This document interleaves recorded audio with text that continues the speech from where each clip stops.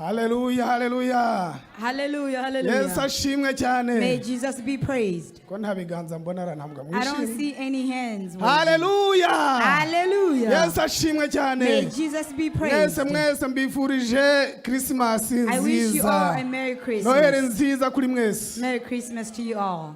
Mbese muranezerewe? Are you happy? Nishimwe rikomeye. It is a great thing.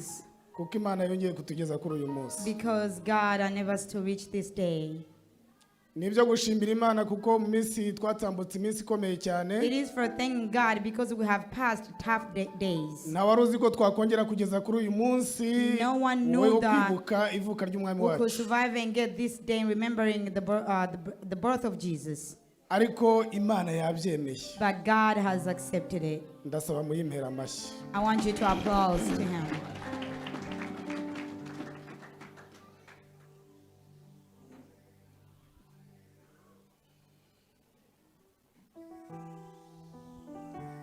Twibuka uyu munsi w'ivuka ry'umwami wacu Yesu Kristo. Today we remember the birth of our Jesus Christ.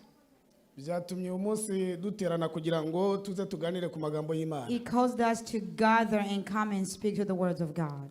Kandi ababonetse uyu munsi Imana ibaha umugisha. And those who are present today, God bless you. Ndetse n'abari kudukurikirana ku murongo nabo Imana ibaha umugisha. Also those who are following online, God bless you. Amen.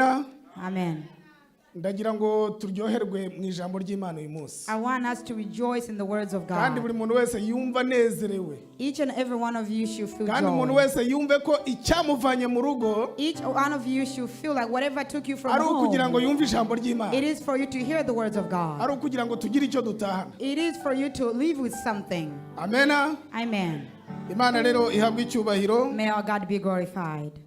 Tugiye kuganira ku magambo y'Imana. We're going to talk about the words of God. Reka dufate Bibiliya zacu. Let's take our Bibles. Dusabe mwarimu Celestin yihuse. We're going to ask Evangelist Celestin in a hurry. Adusomere Matayo. He's going to read the book of Matthew. Ibice bibiri. Chapter 2. Murongo wa 13 kugeza ku murongo wa 21. Verse 13 through 21.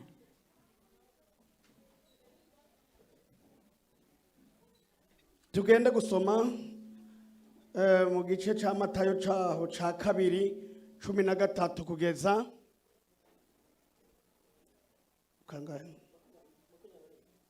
kuri 21. Haravuga ngo bamaze kugenda umumarayika w'umwami Imana yiyereka Yosefu mu nzozi aramubwira ati vyuka ujane umwana na nyina uhungire muri Egiputa ugumeyo gushitsa aho nzokubaririra kuko Herode agira arondera umwana ngo amwice. 14 ahenga mwijoro aravyuka ajana umwana na nyina aja muri Egiputa. 15 agumayo gushitsa Herode amaze gutanga ngo ivyo umwami Imana yavugiye mu wavugishwa nawe bishike ngo nahamagaye umwana wanje ngo ave muri Egiputa.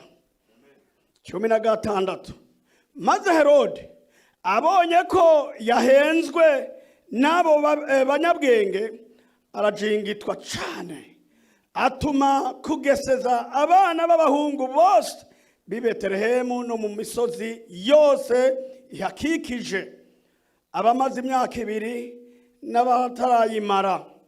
Yagerageje igihe yasigurije abanyabwenge. 17 niho byavuzwe na Yeremiya yavugishwa n'Imana byashikiye. 18 ngo induru yumvikanira amarira n'amaborogo menshi. Rakere aririra abana biwe yanka kwirurwa kuko batakiriho. 19 Herode amaze gutanga umumarayika w'umwami Imana yiyerekera Yosefu mu nzozi ari muri Egiputa. 20 aramubwira ati vyuko jane umwana na nyina uje mu gihugu c'Ubwisirayeli kuko abarondera kwica umwana bapfuye 21.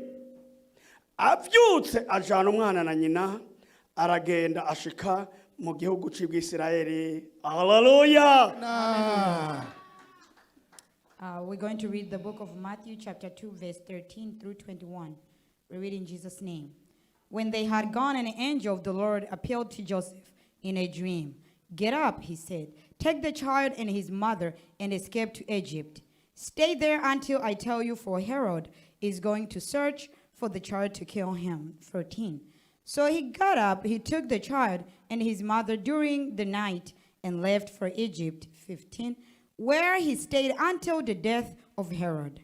And so was fulfilled what the Lord has said through the prophet. Out of Egypt I called my son. 16. When Herod realized that he had been outwitted by the wise men, he was furious, and he gave orders to kill all the boys in Bethlehem and its vicinity who were 2 years old and under, in accordance with the time he had learned from the wise men. 17. Then what was said through the prophet Jeremiah was fulfilled. 18. A voice is heard in Ramah, weeping and great mourning, Rachel weeping for her children and refusing to be comforted because they are no more. 19.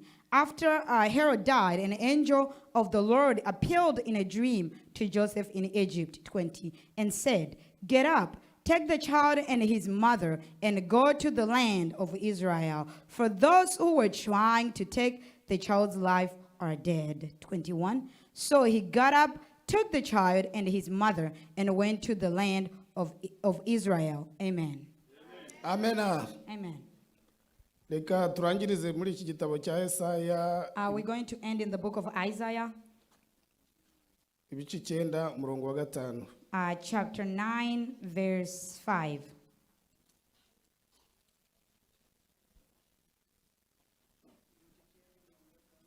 Wonyine gusa. Only one verse. Haravuga ngo kuko ibyakingira abafise ibigwanishwa mu ntambara n'impuzu zimba.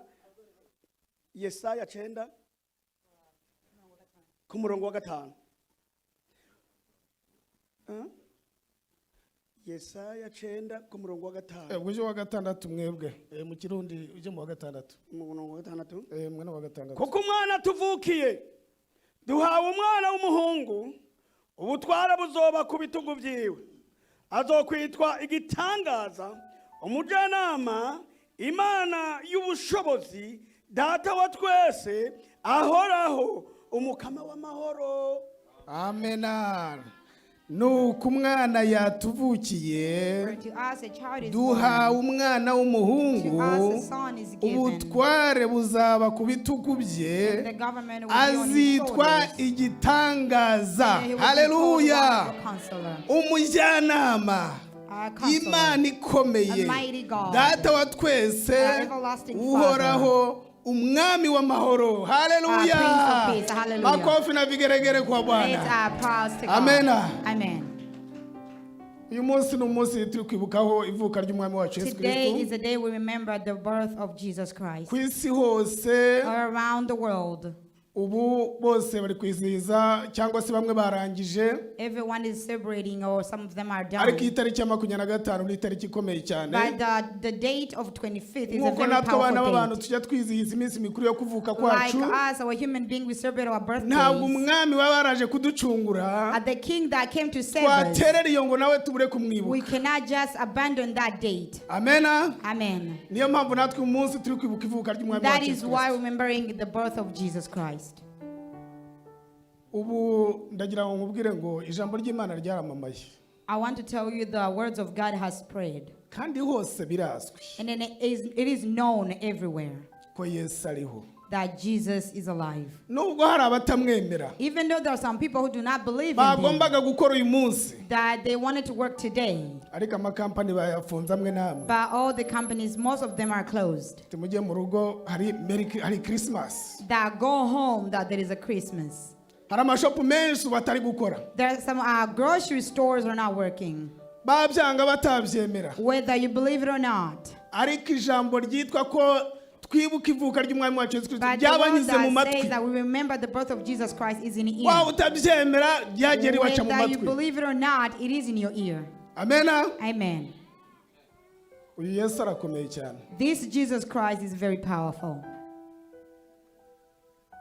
umva ndagushimira ko wemeye uwo mwami Yesu I thank you because you have accepted that Jesus Christ. kuko banga rye For those who have known the secret of the King, nibo bazi iryo banga they are the only ones who knows the secret. abatarabimenya nabo But for those who do not understand it, turacyakomeza tubasengera kandi no we'll bazabitahura continue praying for them and they will understand it. amena Amen. Yesu ariho Jesus is alive. ariko Yesu kugira ngo agaragare For Jesus to be in obvious, habayeho umugambi mubisha wo kugira ngo umugambi w'Imana uzaburizwemo there was a purpose that had happened for the purpose of God to go through. ariko ijambo shaka ko tuganiraho But the word that I want us to talk about, ni ijambo rivuga ngo it is a word that says, nta muntu ushobora kwica umugambi w'Imana no one can kill or destroy the naho purpose of waca mu God. nzira zimeze gute No matter which ways you take, ntushobora kwica gahunda you y'Imana cannot destroy the purpose of God. inzira wanyuramo ariyo yose Whenever the path you take, Imana yabivuze once God has spoken, ikabivuga rimwe if God will say it ikabivuga once, kabiri say it twice, umva ndakubwiye ntuzarara ugira ute I tell you, no matter what you do, ntabwo uzawugeraho kugira ngo uzice umugambi w'Imana you will not destroy the Amen. plan of God. Amen. ndagira ngo tutarinjira muri iri somo Before we get into this study, mbanze nkwereke uburyo Imana yari yabanje kugaragaza uyu mwami wacu I want to show you how God showed this our King. yabanje kubigaragaza mbere kera He showed it bwacu long tutaravuka ago before we even born. kandi bigaragaza And then he showed it abantu mu gihe bibazaga ko bidashoboka when the people thought it was impossible. ariko Imana ica mu bahanuzi But God went through counselors. barabibona And they saw it. bakagenda babivuga They were speaking about ndetse it. birandikwa And then it was uyu munsi wa written. none tukaba And tunabisoma today we are reading them. amena Amen. Yesaya we niwe ngiye guheraho I'm going to start with Isaiah. Yesaya arabibona Isaiah saw them. kandi Yesu icyo gihe yari ataravuka And Jesus was not yet reborn. Yesaya ngo arabibona When Isaiah saw it, aravuga ati he said, nuko umwana yatuvukiye for to us a child is born, duhawe umwana w'umuhungu to us a son is given. haleluya Hallelujah. Yesaya w'icyo gihe yarabibonaga neza Isaiah at that time he could see it, ko duhawe umwana w'umuhungu that we are given a son. ariko abandi hari igihe batabishyikiriye neza Some people did not get to it. uwo ni uwa mbere nkweretse That's the first one I'm yari showing yamaze you, kubibona that I have seen it. ndakwereka uwa kabiri nanone I wabibonye will show you the second one who saw it. uwitwa Hoseya The guy named Hosea. ibice 11 Hosea 11, aho muzahasomera mu rugo you read at home. Hoseya 11 Hosea 11, umurongo wa mbere verse 1. Hoseya nawe arabyerekwa avuga ngo And Isaiah saw it, is written, azahamagara umwana wayo ave muri Egiputa he will call his child to come from Egypt. nta wundi yavugaga agira ngo nta wundi yavugaga uretse Yesu It was not talking about someone else rather than Jesus. amena Amen. nanone ndongera mberekeye urundi rugero rwa gatatu I'm going to show you a third uko example. abahanuzi bagiye bamubona How the prophets saw him. tubona kuri Yobu We see on Job, ibice 19 chapter 19, umurongo wa 25 verse 25. ngo ariho That he exists. ngo umucunguzi wanje nzi neza ko ariho That I know well that my Savior is alive. amena Amen. nta wundi yavugaga uretse Yesu No one else he was talking about rather than Jesus. reka nkubwire uwa kane nanone wabibonye Let me tell you the fourth one. Baramu Balaam. mu gitabo cyo kubara In the book of Numbers, ibice 24 chapter 24, umurongo wa 17 at verse 17. ngaramureba ariko subu. He looked at him, but it's not now. uko niko Baramu yababwiraga ati ndamureba ariko subu. That's how Balaam was telling them, I can look at him, but it's not now. yahanuraga ibizaba by'uwo mwana. He was telling them what's going to happen about Jesus. Hallelujah. reka nongere ikindi gitabo cya nyuma. I'm going to add a last book. ni byinshi ni henshi bamuvugana natanze bikeya. There is so many examples. I just gave you a few of them. reka durebe hano muri Yeremiya. We're going to look in the book of Jeremiah. ntabwo tuhasoma n'ibice 23. We won't read it. It's chapter 23, umurongo wa 5. verse 5. azima abe umwami. He will become the king. nta wundi yavugaga uretse He Yesu. was not talking about someone else bari other than barabibonye Jesus. kera. They have seen him a long time ago. amena. Amen. byari byaragaragaye kera. It was shown a long time ago. imana yarabyerekanye. God showed it. ariko noneho igihe kiragera. And then time came, nk'uko twamaze gusoma. like we have read. tubona ukuntu Herode We saw how Herod, amaze kumva inkuru ko Yesu yavutse. when he heard the news that Jesus was burned, ashaka kwica umugambi w'Imana. he wanted to kill the plan of Jesus. ashaka kuburiza mu mugambi w'Imana. He wanted to kill the plan of God. ariko ntabwo wahangana n'Imana ngo uzayitsinde. But you cannot fight with God and defeat him. iyi Mana mwakurikiye. This God that you're following, mwakurikiye umugabo ukomeye. it is a very powerful man. umugabo udatsindwa. A man who cannot be defeated. Hallelujah. umugabo ukomeye. A very powerful ufite man. imbaraga zose. A man who have a lot of Hallelujah. strength. Hallelujah. kongera tumukomera amashyi. Let's applause to Amen. him once again. Amen. ngo Herode arabyumva abanyabwenge bagiye kumusobanuza The ibyo Herod mwana. heard it when the wise men went to him. ariko Herode By Herod, burya hari abantu b'indyarya cyane. there are some people who are very hypocrites. kandi abantu bashaka kukwica abanza kukubera indyarya akakwereka akagukunda. People who want to kill you, they show you that they love you, but rather they ndetse are akakwereka ko hypocrites. muri kumwe. They show you that you are together. ariko mu mutima afite imigambi mibi. But deep down in their hearts, they have a very bad purpose for Herode your abwira plan. abanyabwenge ati Herod told the wise men ndasaba mugende mundebera that I'm ahari. going to ask you to go look for me where he is noneho mumenye ahari. and know where he is mugende mumuramye. and go and worship him or praise him. hanyuma mugaruke. Then return nanjye muze mumbwire. and tell me myself nanjye nje so kumuramya. I can go and worship him as well. umva ubwo buryarya de. I hear that kind of a hypocrite. kandi yarari kubabazwa nuko uwo mwami haje undi mwami. He was in pain because there was another king. biramubabaza. He got in pain. ariko abo banyabwenge bamaze But kumubona. once the wise men saw him, ngo baramuramya ndetse ngo bajyana they n'amaturo. praised him and then they took some offerings. barangije kumubona. After that, they saw him ngo mu nzozi. in their dreams or visions. ngo Imana irababwira ngo ntibasubire kwa Herode. God told them, do not go back to Herod. ahubwo baciye indi nzira. Rather take a different path bigendere. and go back. kuko Imana yari yamaze kumenya imigambi iri muri Herode. Because God had known the kuko plan Herode of yashakaga Herod. kugira ngo awurize mu mugambi w'Imana. Because Herod wanted to kill the plan of ariko God. Imana izi ubwenge. But God is very wise. izi ibyo utekereza. He knows whatever you're izi thinking. ibyo wibwira. He knows whatever you're telling yourself. ibyo wakora byose. Whatever you do. ushatse wabivamo. If you possibly niba uri mu nzira mbi. if you are in bad ways, uyivemo Imana nta hantu itabona. leave it because there is nowhere God yari cannot yamaze see. kubona ibyo muri Herode bimurimo. He has seen why I was in Herod. baca mu yindi nzira abanyabwenge They took a barigendera. different path and went back.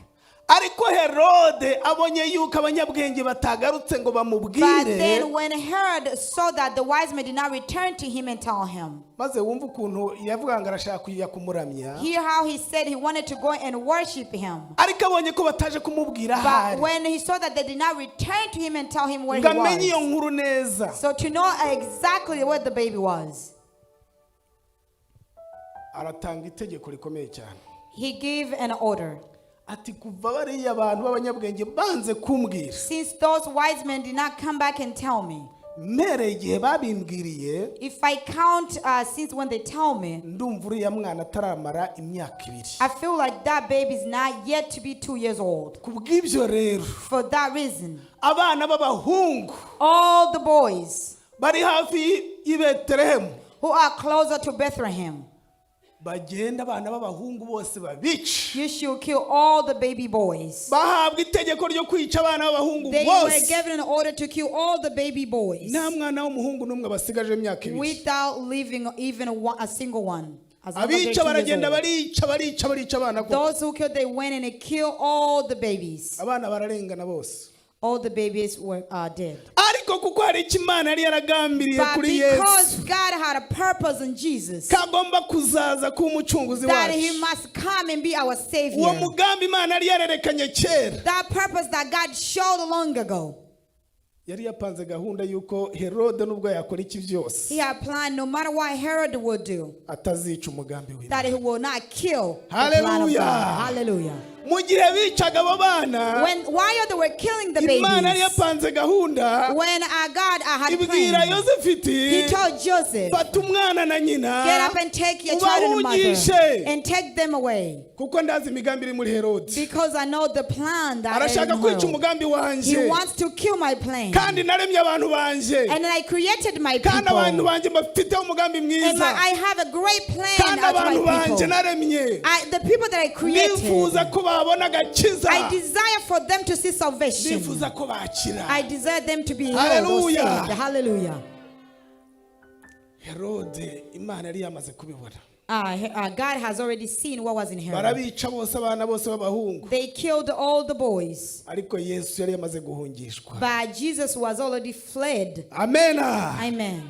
Hari ibibi byari bukubeho, There were some bad things that was going to ariko happen kuko to you. Imana ikigufiteho But umugambi, because God has a purpose on izo you, mpfu nyinshi there is yarazigusimbukije. so many deaths that He has Hallelujah. passed through. Hallelujah. Hari abari bukwice, There are some people who are going to imigambi kill yawe you. Imana igufiteho But because God has a plan ikarangira on you, burundu, that till it ariko ends. Imana But God, irahagarara, He stood there. iragutabara. He saved you. Ibuka rya joro, Remember that night. ibuka bwa burwayi, Remember the sicknesses. ibuka hahandi wari ugiye gupfa Remember birangiye, where you are going to be ariko ukuboko destroyed. kw'Imana But the hand of kukaza God, kugahagarara, He stood ati there. urabaho ntupfa. And then you will not die. Hallelujah. Amena. Amen.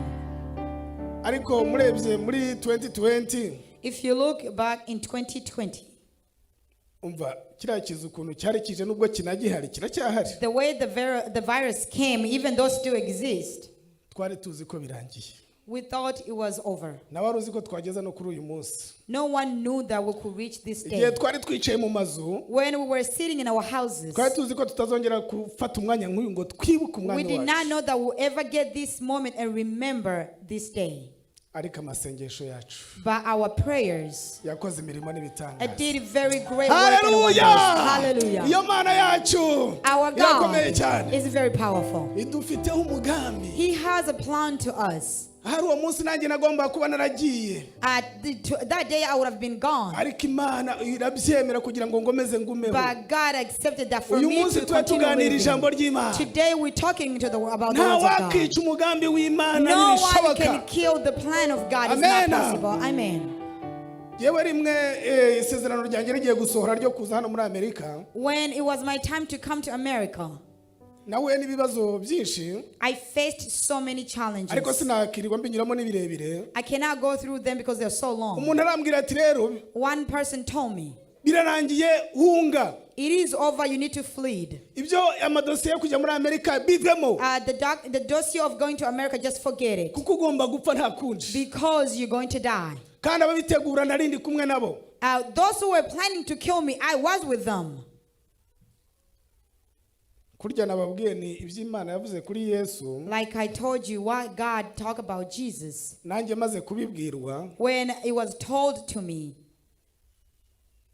naravuze nti I said, Imana yambwiye bwa mbere, God told me first. imbwira bwa kabiri, He told me second time. imbwira bwa gatatu, And then he told me for the third ndetse time. birenze n'inshuro eshatu. And then more than 3 times. None si imigambi Imana imfiteho irarangiye, ubu ngubu So the irarangiye. plan God has on me, is it over? Numva mu mutima wanjye jemo imbaraga zikomeye maze I kwibuka had amasezerano. a lot of strength in my heart. When I Burya heard the wibutse promise. isezerano ryongera Once you rikagukomeza. remember your promises, Kandi it always ufite strengthens you. isezerano, Once you have a promise, uba ufite kongera kurama. that means you have another Kuko more ntabwo time to ntabwo live. ushobora gupfa iryo sezerano Because you ritarasohoka. cannot die before the plan of God Amen. be fulfilled. Amen. Maze kwibuka ibyo Imana yambwiye. When I remembered what God told me, Naravuze nti ntaho njya. then I said, I'm not going nowhere. Nibashaka banyica. They can kill me if they want. Kandi icyangombwa nuko nzaba nigiriye no mu ijuru kuko ikibi ni icyaha. The most important thing, I will be going to heaven. The bad thing is a sin. Amen. Amen. Ariko Imana yabiburijemo. But God has stopped it. Uyu munsi ndi muri Amerika. Today, I'm in America. Hallelujah. Hallelujah. Kubwo umugambi w'Imana mumere Imana For amashyi. the plan of God, let's applause to Amen. God. Amen.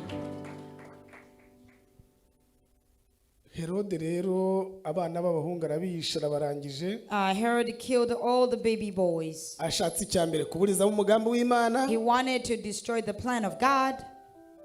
Icya kabiri ashatse kwica wa mwana. Second, he wanted to kill the child, Ariko ntiyabigezeho.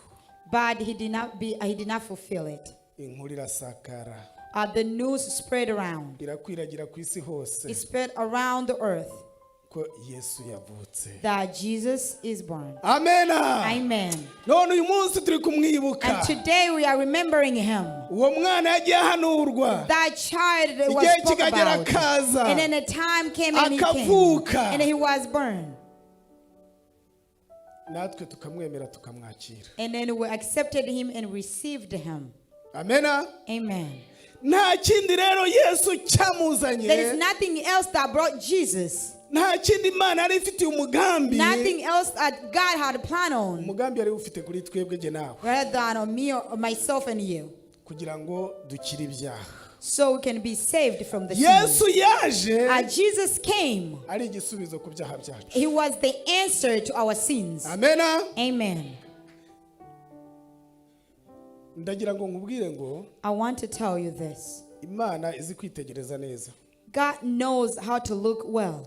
Ndagira ngo nkubwire icyaha kuri iki gihe. I want to tell you sin nowadays. Icyo kiri kurimbuza iyi si. It is the one that is destroying this earth. Ingo nyinshi ziratandukana kubera icyaha. And most people die because of sin. Abantu baricana kubera icyaha. People kill one another because of sin.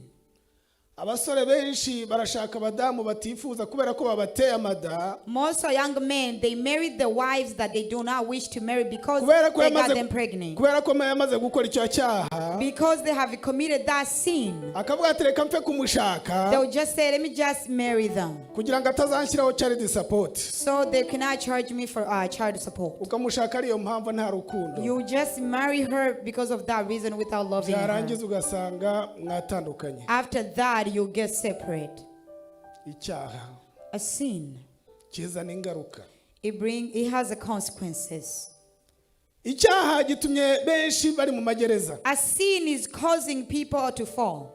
Icyaha gitumye ababyeyi bamwe bari kwica abana babo. A sin is causing mothers killing their children. Umwana ari mu nda ye akamwica cyangwa se A umwana child is still in yibyariye. the womb, they kill them. Abagabo benshi bari kwica abagore babo cyangwa bafasha Most bica of the abagabo men are babo. killing their wives Bitewe n'icyaha. because of sin. Ariko Yesu yo But this Jesus, turi kwibuka ivuka rye. the one remembering his birth, Yaziye wowe nanjye. he came because of you and kugira ngo I, tureke ibyaha. so we can stop sinning. Uyu munsi umwemereye. And today, if you accept or let kugira ngo him, avukire mu mutima wawe. so he can be burned in your heart, Niyo ko wareka ibyaha. it is for you to stop sinning. Yavukiye abari mu isi bose. He was burned for all the people around the world. Nta vangura.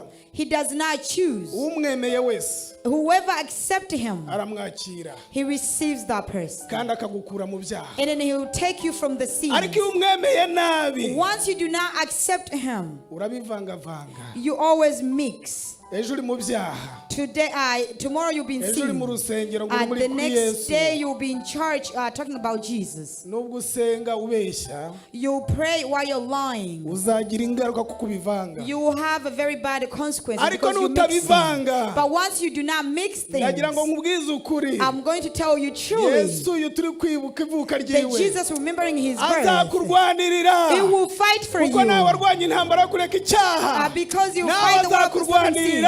He will fight for you. Haleluya, Hallelujah. azakurwanirira. He will fight for you. Amena, Amen. azakurwanirira intambara, He will fight your war.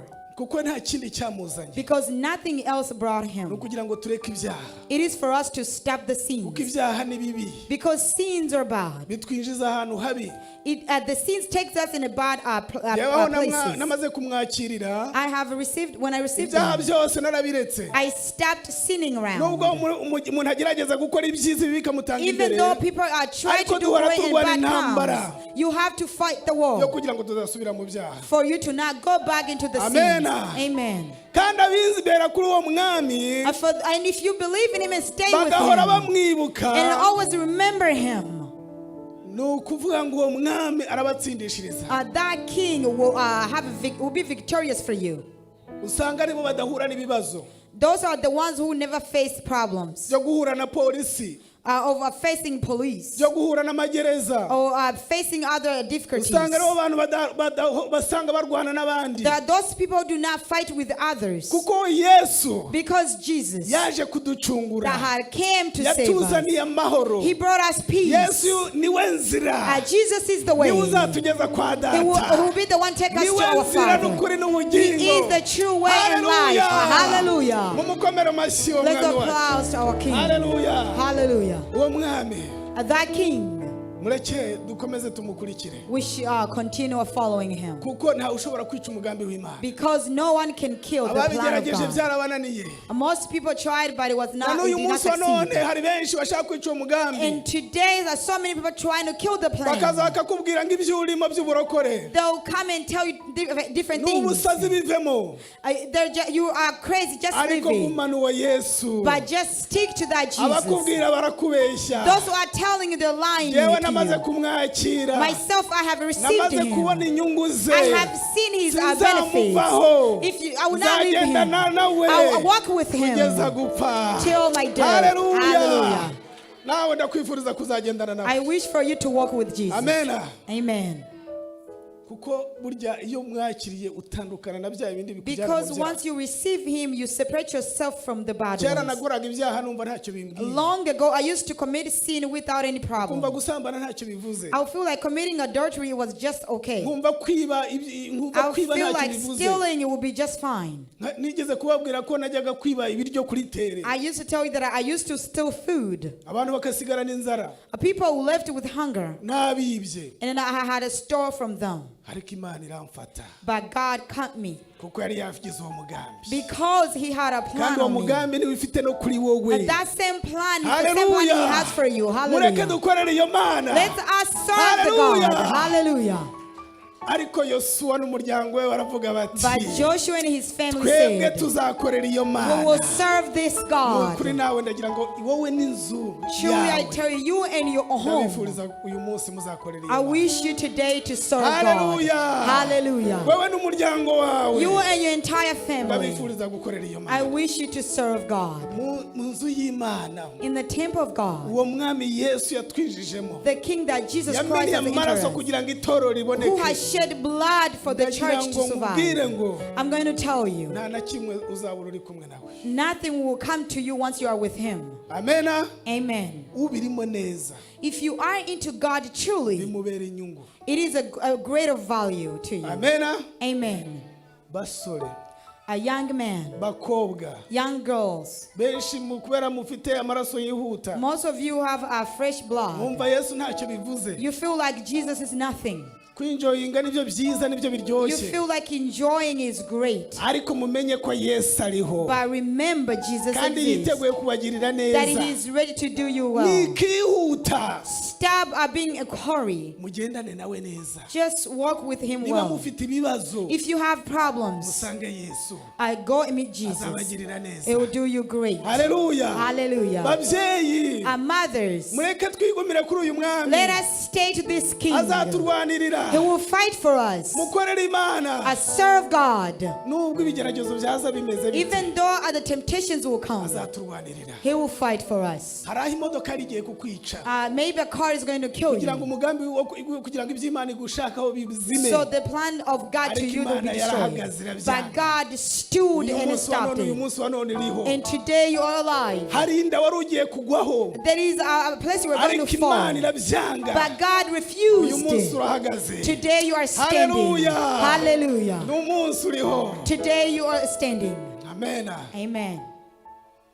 nyuma y'ibi hari umunezero After this, there is a nyuma y'ibibazo happiness. hari umunezero After problems, there is always joy. nyuma y'igupfusha no kugira ngo After tuzabona death, there umunezero is joy. haleluya Hallelujah. nyuma y'ibi nyuma y'ibi nyuma y'ibi hazaba umunezero gusa nyuma y'ibi nyuma y'ibi nyuma y'ibi hazaba umunezero gusa haleluya Hallelujah. ndasaba kugira ngo twese uyu munsi wa none Yesu avukire mu mitima I yacu ask all of us that Ubwo today Jesus tumwibuka, be born into us. avukire mu mitima When yacu we remember Him, let Him be born in our simbarambira uyu heart. munsi I won't take long time today. sinshaka kubabayihiriza umunsi I don't want to take you of your time. mesaje yariyo ngiyo This is a message for today. twakira uwo mwami wacu God bless you. amena Amen. ndasabye kugira ngo I'm yaba going to ask. batakirirwa